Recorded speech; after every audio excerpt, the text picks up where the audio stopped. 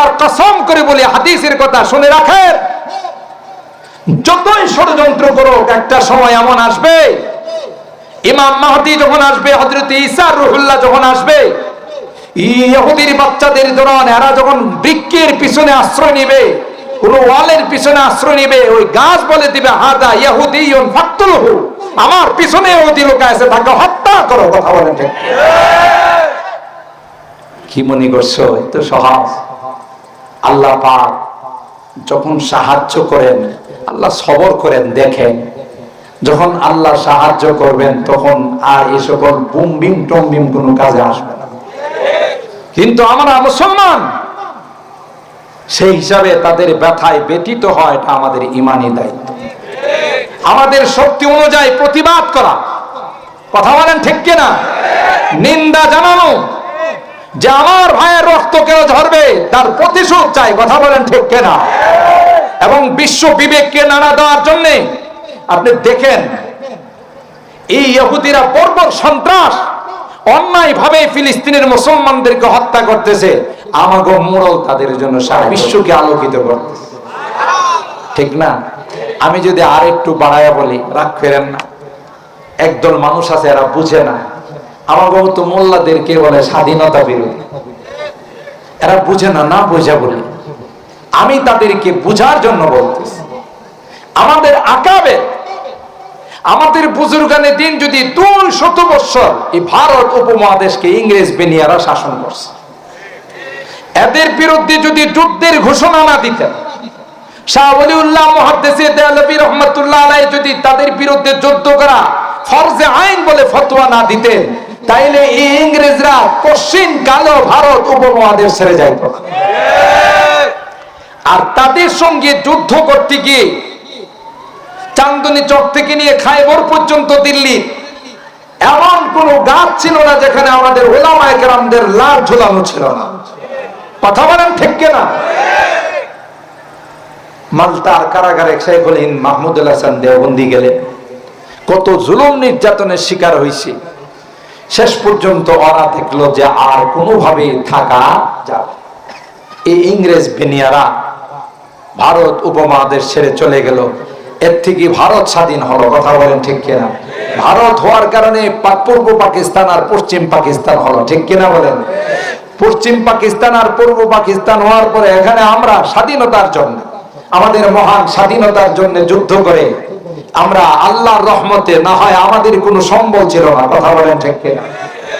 আমাদের যে দেশ, আমরা যে স্বাধীনতার মতো নিয়ামত পেয়েছি, এটা কার রহমত ছিল? আমাদের কোন লোকবল কিছু ছিল? অস্ত্র শস্ত্র কিছুই ছিল না। আল্লাহ মাজলুমদের পক্ষে, নির্যাতিত ব্যক্তিদের পক্ষে। কথা বলেন ঠিক কিনা? তাইলে আমরা বাংলাদেশ, স্বাধীন বাংলাদেশ পাইছি, কিন্তু তার গোড়ার ইতিহাস তালাশ করলে দেখা যাবে ইংরেজদের থেকে উপমহাদেশ, ভারত উপমহাদেশ স্বাধীন করার পিছনে যাদের অবদান ছিল তারা হলো আমাদের উলামায়ে দেওবন্দ। ঠিক কিনা বলেন? আল্লামা রিয়াসাত আলী বিজনূরী তার কবিতার মধ্যে এটা উল্লেখ করছে, ইসলাম কে ইস মারকাজ সে হুই তকদীস আযাদি কি। আল্লাহু আকবার।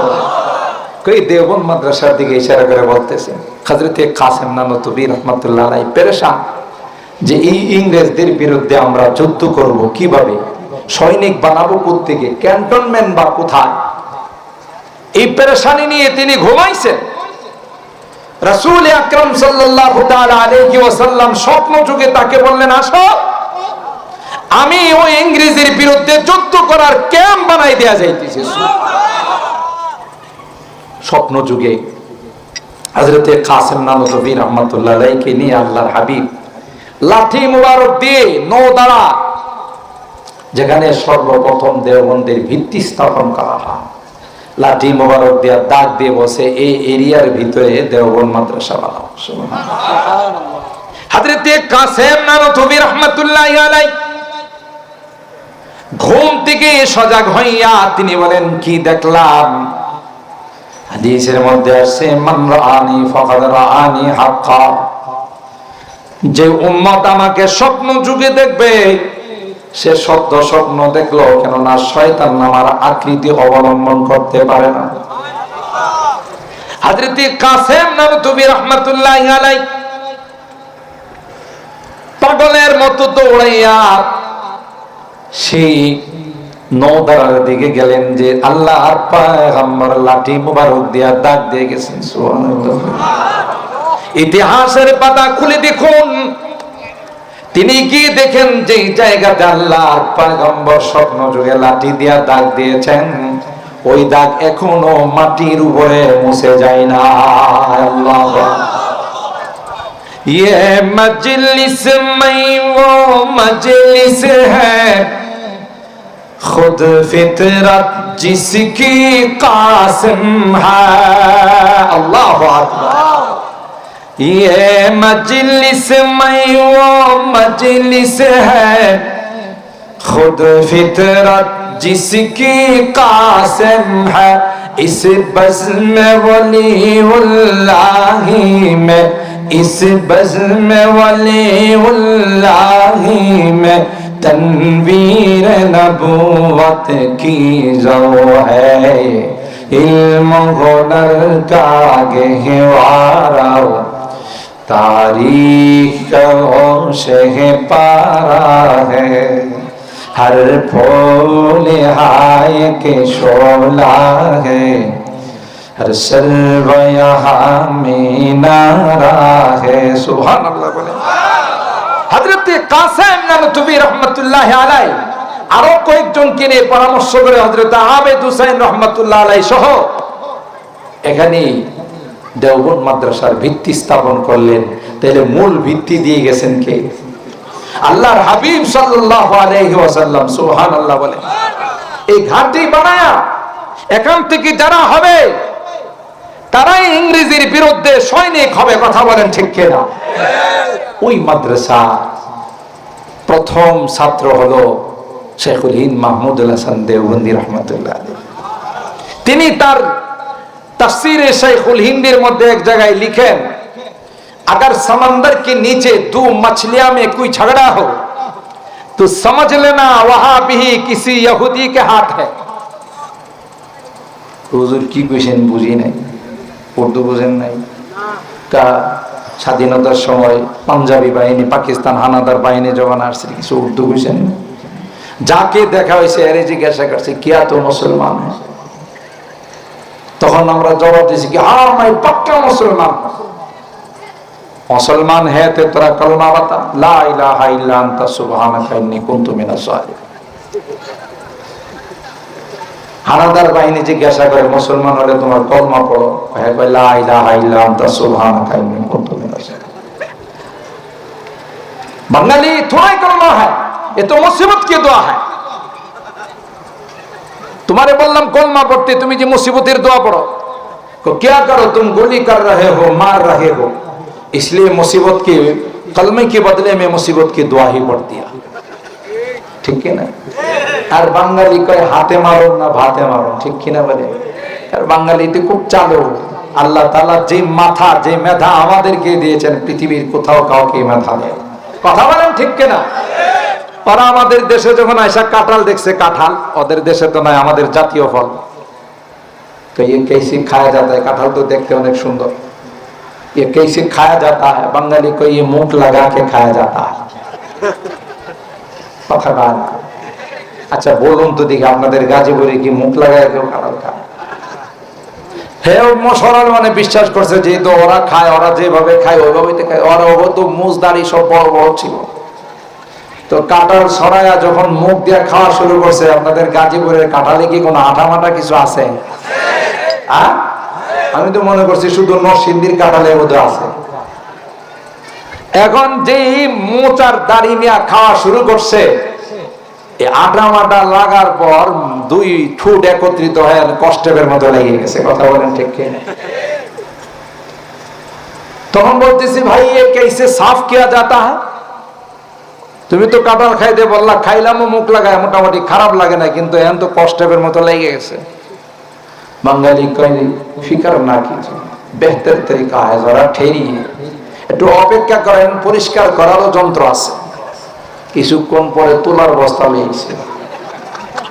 কি তোলার বস্তার সামনে দিয়া কয় আগারিয়ে লাগায়া যায় তো বিলকুল সাফ হয়ে যায়। আপনি যদি একটু কষ্ট করে মালিশ করতে পারেন এই তোলা দিয়া, আচ্ছা বলুন তো দিকে আটার মধ্যে যদি তোলা লাগায় কি পরিষ্কার হইব না ভেড়ার মতো হইব? কথা বলেন ঠিক কি? শাইখুল মাহমুদুল হাসান দেওবন্দি রাহমাতুল্লাহ আলাইহি লিখেন, নদীর নিচে সমুদ্রের নিচে যদি দুইটা মাছের মধ্যে কামড়া কামড়ি হয়, সূক্ষ্ম তদন্ত করলে দেখা যাবে ইহুদি ওখানেও কোনো ইহুদিদের হাত আছে। গোটা বিশ্বটাকে ইহুদিরা নিয়ন্ত্রণ করে, আমেরিকা নিয়ন্ত্রণ করে না। এই টুইন টাওয়ারের হামলা বলেন, পেন্টাগনের হামলা বলেন, সব কিছু এদের ষড়যন্ত্র। কথা বলেন ঠিক কিনা? যদি তাই না হয়, পরের দিনের রিপোর্ট, এই টুইন টাওয়ারে ৫,০০০ ইহুদি কর্মরত ছিল, যেদিন হামলা হবে একটাও যায় না, গায়েব জানে, কথা কয় না। তার মানে পরিকল্পনা এদের। আর সাধারণ বিবেকে তো বলে যে আমেরিকাতে একটা পিপিলিকা ঢুকলে তাদের রাডারে ধরা পড়ে, গোয়েন্দা বাহিনীর জালে ধরা পড়ে।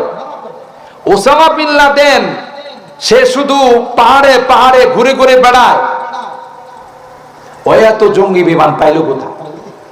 কথা কয় না। আর পাইছে আমেরিকার মতো রাষ্ট্রে হামলা করবে, এদের কোনো আগাম বার্তা পাবে না। এগুলো ইহুদিদের ষড়যন্ত্র ছাড়া আর কিছু হয় না। ষড়যন্ত্র করে মুসলমান কান্ট্রিগুলোকে শেষ করে দেওয়ার জন্য তাদের পরিকল্পনা। কিন্তু আল্লাহ ডাক দেয়া কয় মুসলমানের কাছে অস্ত্র নাই, আমি আছি। কথা কয় না। কে আছে?